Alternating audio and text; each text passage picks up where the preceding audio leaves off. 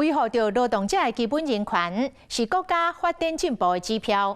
但是半世纪以来，台湾劳工捍卫权益、抗争之路，煞是步步拢行甲真艰难。戒严时期，劳工团体一摆徛起，一直到1987年戒严的前后，人权意识才开始有进展。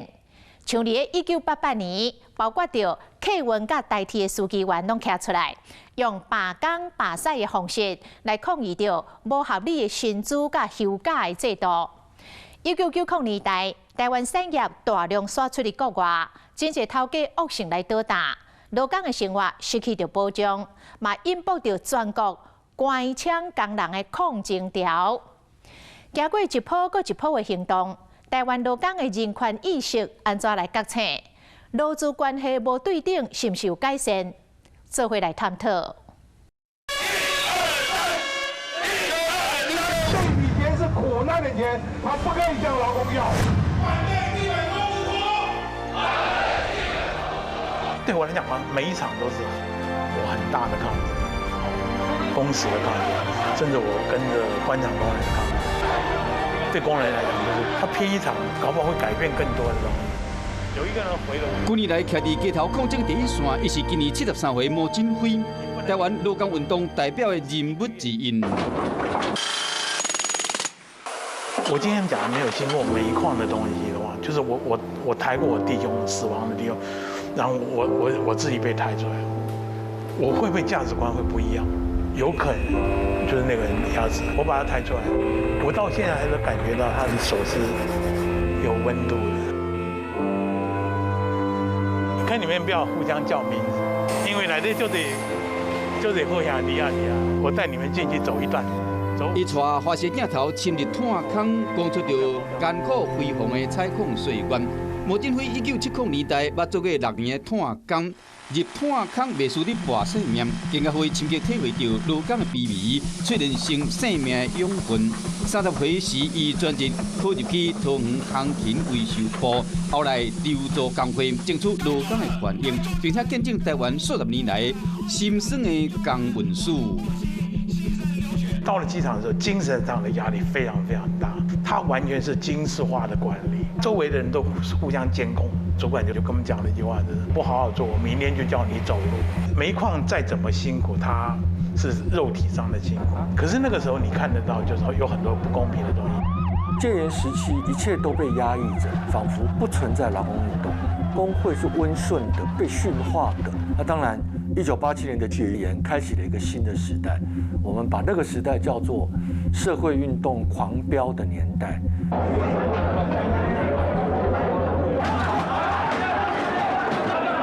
在美国压力下通过的劳动基准法，让很多权益受损的劳工，他们有一个合法的根据跟政府或雇主诉求。解严前期已经开始有自力救济运动，然后到解严的那初期，冒出了非常多的我们说的自主工会运动。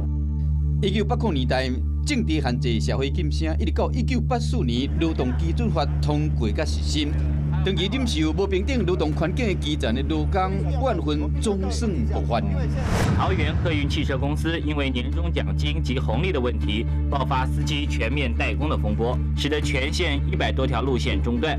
1988年2月过年期间，桃园客运产业工会领先发动客运业头一摆大罢工，要求改善不合理的薪水甲休假制度。5月7日，台铁司机员抗议政府部门违反劳基法的规定，讨加班费，以集体休假的名义罢驶，罢工的人数有1400人，铁路运输拢停去，影响全台湾。一位火车驾驶员在铁路局人员的说服下，勉强的答应从台北开出一班自强号火车前往高雄。他们所要求的彻底改进了，不然我们变成夹心酥了。当时的政府职员人事单位，他们认为火车司机就是公务员，不是劳工身份，不适用劳基法。所以我们火车司机员就成立一个联谊会，就类似自救会。这一件事情影响非常的重大，为什么？它是公营事业，尤其是交通事业。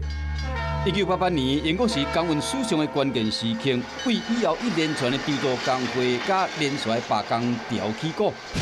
新营客运、苗栗客运、高雄客运等员工拢捌发动抗争，集体力量更加好台湾的运输罢工，为个人权益扩大到挑战体制改变。设计出来的这个法令问题它本身有漏洞，不应该把这个责任让我们劳工承担嘛，对不对？我们罢工到现在，我们没有钱可以吃，你们政府没有办法补助。基隆客运罢工一开始也是为了本身的薪资跟工时，在那个抗争过程发现，哇，原来我们的劳动法律是有限制很多，我们要组一个功能立法行动委员会，要转成修法跟那个政策修改，这个是一个很重要的一个转折。进入1990年代，产业出走资金外移，致使真个工人面临失业，嘛为台湾带来另外一波劳工抗争的浪潮。很多官场的老板，他们觉得劳基法通过以后，劳动成本变高。官场的重要目的是什么？厂房土地卖掉可以赚很多，拿到中国大陆或东南亚去投资再设厂。中立工业区或是那个龟山工业区里面很多的纺织厂就是一夜之间就关掉了。你听那个故事就非常感伤，就是有一天老板就带你们出去旅游啊，出去旅游2、3天回来，工厂整个搬光了。第一波就是我刚刚说的解严，前后期的那个维权，我要劳基法的权利。那第二波是我老板不见了，那老板欠我的钱，该给我的资遣费、退休金该不该给我呢？这是第二波。几啊间工厂收起来失业劳工，造成全国官厂工人连线。当年毛振辉对工运前辈詹无兴做伙替工人发声。现在为首分子有6位，立即实施逮捕。不过和平诉求无成，示威手段愈来愈激烈，更加捌都离起几啊路抗议。卧轨只是这样的前面的所有行动中间的一段，前面他经过非常多的抗争，他去劳动部绝食、埋锅造饭，到立法院抗争，所有该走的路子都走光了，走到没有办法解决的时候，才用最激烈的手段。那采取这种方法可能会吃上官司，那这点员工都没有考虑到吗？哈，哎呦，我没办法。当其官日夜，生死安足论，死都不怕了，还怕官司？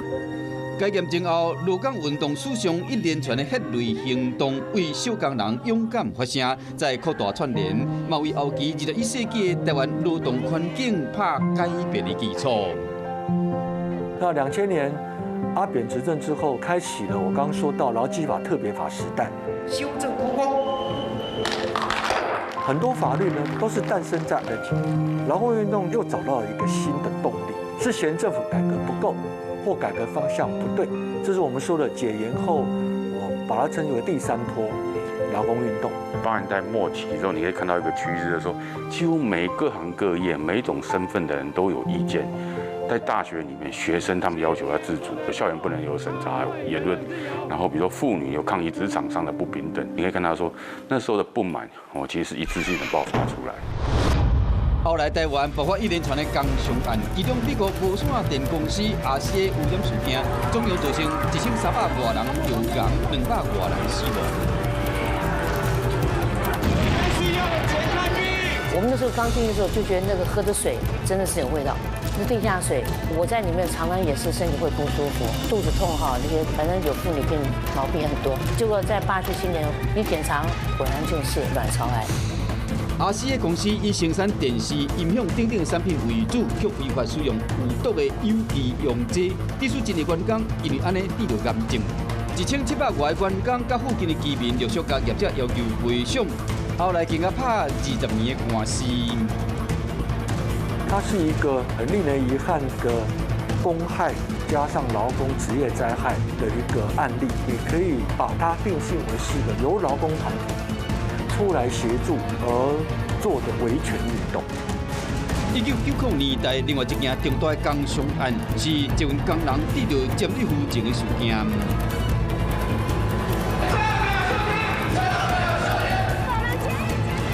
1993年，台北捷运新店线 CH221表工地因为工程涉水落落去，头一摆引进压气的工法，在220公尺的捷运坑道强管1.3公斤的大气压力，阻挡土壁果帮，却造成44个工人得到尖水夫证，嘛从此改变因的人生。严重要走路，要爬都没爬哦。是哦。一家头会跑。等你听听哦，等你听听，等你走来听。无同款的年代，罗岗的火干为台湾刻下一笔仔一笔心酸的历史印记，嘛为一代一代后辈开启人权篇章。从今天眼光看来，劳工运动仍然沦为个别的点，就算有微薄的线，但没有成立面。所以，我们台湾并没有出现像欧美国家那么样全面性的、结构性的、壮大的工会运动。我们当然不能够说那什么都没变，当然不是，有一些有往前踏了一步，但我们没有悲观的权利，只能勇敢的继续走下去。社会很多东西进步是因为不断的抗争、不断的改变，你都默许了，它不会改变，不会进步。就是我作为一个工人，一个小工人，就是我活得很精彩。台湾劳工运动经过半世纪，有冲突抗争，有牺牲付出，更加有以健康甲性命作为教材的不幸案例。徛上第一线，改革甲诉求无一定成功，但过勇敢突围，才会当为劳动权益带来持续进步的机会。